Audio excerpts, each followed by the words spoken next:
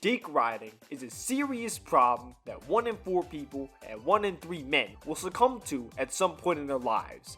And in the internet age we live in today, it has become terrifyingly easy to parasocially attach yourself to any kind of random that you picked up off the street. Everything from a niche internet micro-celebrity to a huge global superstar celebrity you can find with their dick riders right in tow. But I might be getting ahead of myself. So first, let me explain to you what it means to ride another person's meat. Now the people that do this have many names. Orbiters, stans, subscribers, Twitch subscribers, or as I like to call them, insane people. Whatever you call them, all of these terms represent someone who makes another person their whole identity and reason to live, often forgoing their own identity in favor of somebody else's. This behavior is most easily identifiable on social media, where you will see entire accounts dedicating their entire identity towards one person and spending all their time debating about this person.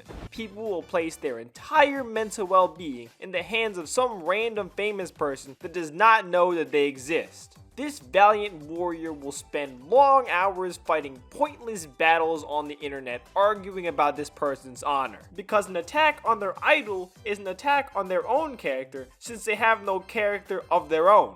Every victory and loss that applies to this stranger will also apply to their dick rider. This is why it's so common to see dick riders justify every single L that another person has ever taken. Because I don't want to take an L, so why should they take an L? I mean, you're already denying personal accountability by dick riding somebody else, so why not put the premium package in play by denying accountability for, again, a complete stranger? And you have to make sure that this person you do not know is propped up at all times, regardless of what anybody else is talking about. You have to make sure to bring up your favorite and why they're better and the best at everything they're talking about, or maybe what they're not talking about. Because this stranger is the only thing that goes through the typical dick rider's mind.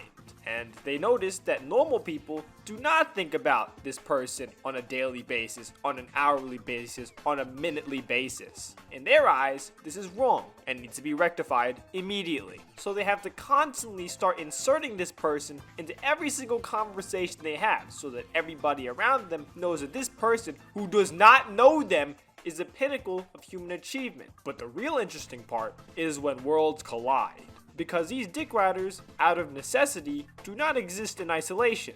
Rather, they exist in groups. And these groups can sometimes find themselves clashing with other opposing groups of dick riders. Both of these groups are convinced they follow the one true God, and the other groups are heretics and heathens worshipping a false god. The theological wars that result from this conflict are not only so toxic that they qualify as chemical warfare, but also so unreadable and insufferable that it qualifies as psychological warfare. And it is actually considered cruel and unusual punishment to make a normal person read any more than a paragraph excerpt from one of these arguments. This is because any semblance of intelligence or common sense has long since been left behind in any battlefield of stands. Instead, you have a battleground that more represents monkeys throwing their own shit at each other, with much the same level of nuance. And if you only see 1 or 2 or 3 of these conflicts, it's not really too bad. You're just seeing stupid people being stupid. Pretty common occurrence. But the problem arises with their continued existence. See, in a vacuum, people usually aren't this fucking stupid and childish forever.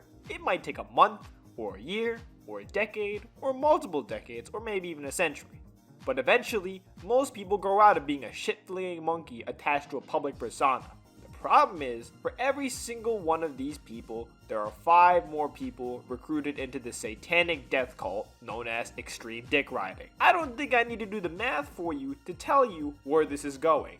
But I do need to tell you that this pandemic is going larger than you could ever hope to conceive. Well, right now you may be thinking, oh, well, those people are limited to 15-year-olds on Twitter arguing over musicians and YouTubers. I regret to inform you that this actually has spread to all corners of the real world. You can go outside right now and find real grown adults hyping up sports players, politicians, and literal billionaires like they're not only their personal friend, but the best friend they will ever have. Some of these people have literal families with children and spouses and potentially alive mothers and fathers, all of whom they care about less than this random person that still doesn't know they exist. And observing the whole thing really makes you just ask one question. Why does this happen? How have so many people succumbed to this horrible disease? Well, there's multiple answers to this, but one of the most prominent ones is lacking a true role model in life. This most likely will fall under the umbrella of fatherless behavior, or the other, lesser known but still very prevalent, lack of maternal affection. Either way, these both lead to lost children. So please, be a parent to your children.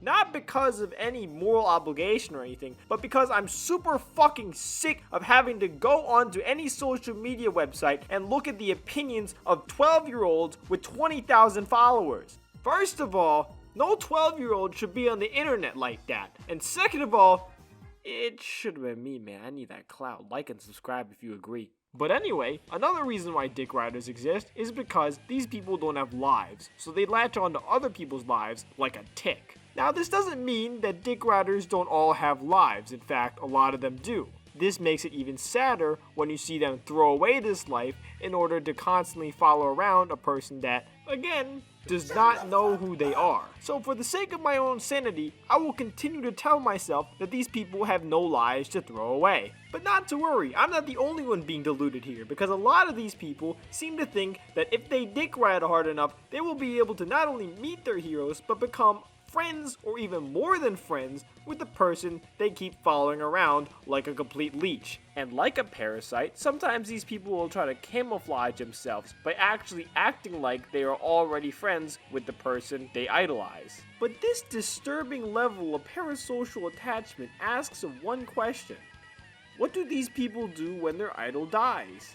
Now, I'm not just talking about physical deaths, I'm also talking about a social death, like them deleting social media, or, God forbid, taking a break from the spotlight. To the cock cavalry, it's all the same, because this means that there can no longer be any kind of content being made about the person's daily mundane life. For some Hall of Fame level dick riders, this means that they will try to eke out content for literally anything that the object of their affection has ever done, creating the most mundane, sad, and pathetic display you will ever see in your life. However, for the non-necrophiliacs, this ultimately means that they have to move on from desecrating the dead. This is actually the first step on the road to recovery, because from this new, detached perspective, they may see their previously unrepentant public acts of parasocial lust in the objectively horrifying manner that the rest of us saw them for, and decide that dick riding is no longer for them. Throwing away this cowl means they can finally start living their lives anew as their own person. The perseverance of the human spirit is truly inspiring, and can lead someone previously so lost to find themselves back in the cradle of normal life. Or they could just hop on somebody else's dick, I don't know.